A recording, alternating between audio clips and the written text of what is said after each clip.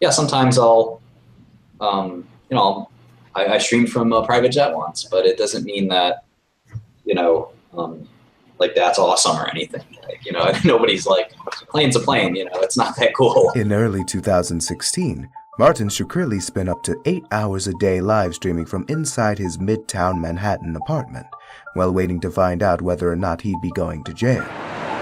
So yeah, is this yours? What? No. It's probably FBI. So. Yeah, there you go. So Fucking FBI messing with my business. This is the spot. Checking to see if it's FBI. It might be FBI. He sat at his IKEA desk in an ill-illuminated and poorly furnished apartment that clashed with his career trajectory and society positioning as a multimillionaire hedge fund manager.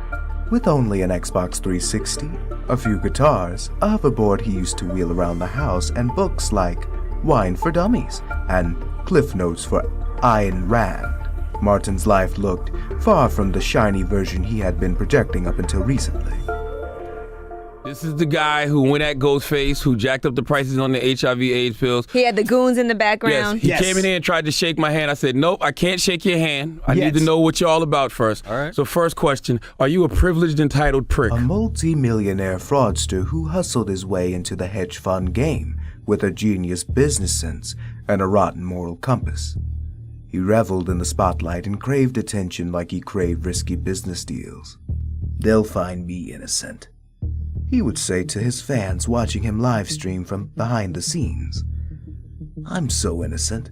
The jury, judge, and prosecution are going to give me an apology. So we think their charges are baseless and meritless and we'll be victorious. Outside his apartment, however, everyone from the presidential candidates Donald Trump, Bernie Sanders, and Hillary Clinton, to Twitter's CEO and Ghostface Killah from the Wu-Tang Clan, and finally, desperate hospital staff and terminally sick patients, was gleefully looking forward to Shkreli's demise. People, not profits. Pharma greed kills. People, not profits. Pharma greed kills. The very same company he founded and steered to market heights had filed a lawsuit against him, calling him a paradigm, faithless servant of the center of a vast, tangled web of deception and self-dealing. Banking giant Merrill Lynch claimed he'd misled them in recent position and had been forced to close out their investments at a huge loss. He'd been banned from social media and investigated by the FBI, whether he wanted to believe it or not. His fall from grace had been long in coming. He was the most hated man in America. So you're one of the most hated. It's hard to know who's the most hated man in America, but you're definitely up there. Yeah, you know what I mean? And I'd give you the crown, but I don't have the poll here. Potential jurors who don't know him even said stuff like, I looked right at him and in my head I said, that's a snake. This is true. This is absolutely true. Even the courtroom sketch artist couldn't resist making Shkreli look like Golem on trial. Why? His business decisions cruelly affected millions of people, which helps clear up his condition as a universally despised, obnoxious troll. Shkreli came to fame in 2015 for buying the rights to market anti-parasitic drug Daraprim and raising its price by a shocking 5,000%. He founded a company called Turing Pharmaceuticals, and he bought a drug, he bought the marketing rights to a drug, and then raised the prices of that drug from $13.50 a pill to $750, basically overnight.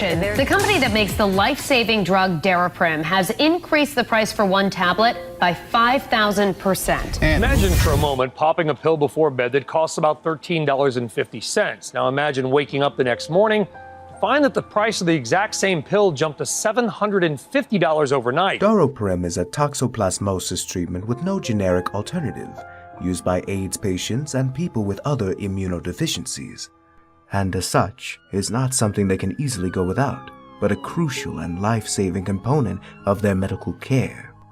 The price hike was swiftly condemned by various medical associations, the Infectious Diseases Society of America and the HIV Medicine Association, by the Pharmaceutical Research and Manufacturers of America, and numerous politicians on both sides of the ideological divide. public efforts to return the drug to its original price received endorsements from more than 160 medical specialty and patient-related organizations. Martin Shkreli was nicknamed Pharma Bro, and his trollish demeanor became a punchline. At a time when nearly 1 in 4 Americans had trouble affording prescription drugs, Shkreli became the poster boy for pharmaceutical greed. A brazen Shkreli accepted his newfound infamous state with open arms, reveling in his notoriety and conducting multiple interviews maintaining what he did was perfectly legal and refusing to back down. If you could rewind the clock a few months, I wonder if you would do anything differently. And the second is, I'd like to know if you think corporate reputation matters. I probably would have raised the price higher, is probably what I would have done. In fact, it appeared to be a specific business strategy for his biotech company. His plan, from the start, was to buy licenses for medicinals with expired patents and profit from the unabashed price hike. Daraprim was Tourning Pharmaceuticals' first venture of the kind, and its $55 million purchase from Impax Laboratories went through on August 10, 2015. By September, hospitals and single patients alike couldn't afford to stock as much of the drug as they needed to, and as a result, doctors had been forced to turn to cheaper alternatives, carrying more side effects and less certainty that the treatment would actually work. Just as quickly, Shkreli had become a household name. He said of the controversy at the time, "If there was a company that was selling an Aston Martin at the price of a bicycle, and we buy that company and we ask to charge Toyota prices, I don't think that should be a crime." After all, he was merely a businessman, not a philanthropist nor a pharmaceutical champion. But how did a 32-year-old with virtually no chemistry training and no experience in the biotech world end up running a pharmaceutical company worth $11 million? Martin had always shown a particular interest in chemistry. Ever since a family member battled a treatment-resistant type of depression, he started studying and hoping to develop ways he could help them. While at the time, this merely resulted in reading chemistry books and drawing up impossible plans for future miracle drugs. It all changed once he got the money to buy a biotech company of his own. Only his path up to that point would prove more than a little unorthodox. To understand why, we have to go back to the beginning. Born March 17, 1983 in Coney Island Hospital to Albanian Croatian immigrants, Shkreli grew up alongside 2 sisters and a brother. His parents were employed as janitors, lived in a modest working-class community in Sheepshed Bay, Brooklyn, and they raised their children devoutly Catholic. He attended, but never graduated from, New York's Hunter College High School, a public school for intellectually gifted kids. He idolized Bill Gates and would later say, "People said Microsoft was the evil empire, but I saw an empire." He was obsessed with finance from an early age and started learning about stocks as a young child from an older neighbor he would play chess with. He bought his first shares at the age of 12 for the tech company Compaq and invested in Amazon when it first went public. He said, "My friends made fun of me for being interested in stocks. I remember the people who made fun of me, but I told them that it would someday matter." He dropped out of high school before his senior year, but he managed to get enough credits to obtain a diploma through a backdoor program that also got him an internship at Wall Street hedge fund Kramer, Berkowitz and Company at the tender age of 17. While interning on Wall Street, he graduated from Baruch College with a bachelor's degree in business administration. But by then, his sights were set higher than college, and his business tactics too refined for a simple intern. While at Kramer and Company, he got a reputation as the boss's mole, the one in charge of researching other hedge funds' strategies and reporting back.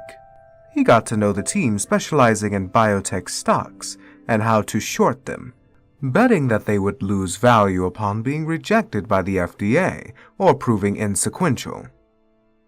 He had his first run-in with the law before he turned 18, while at Cramer, as a result of a suspiciously well-timed short position he'd advised his colleagues to take against Regeneron Pharmaceuticals, a biotech company trailing a weight loss drug.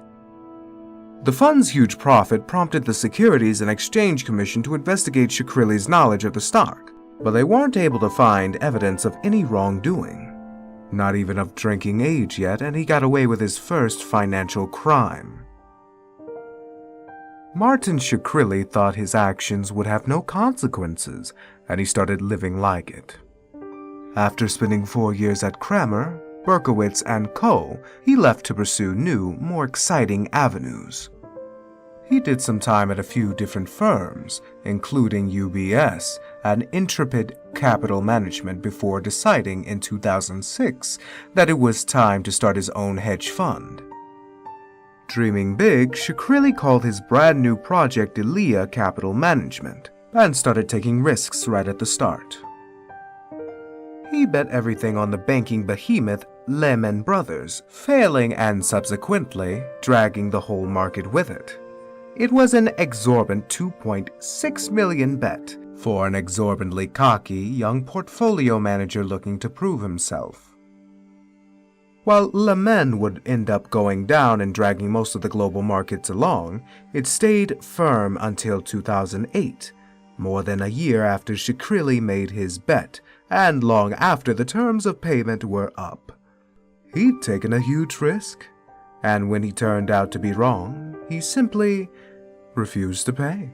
On the contrary, when Lehman sued Elia in New York State for failing to cover a put option transaction, and essentially not having enough money to repay the bank, he dragged them along in complicated litigation for months on end. He owed Lehman $2.3 million by the time of their collapse, which made it impossible for them to collect judgment. He'd got off free again.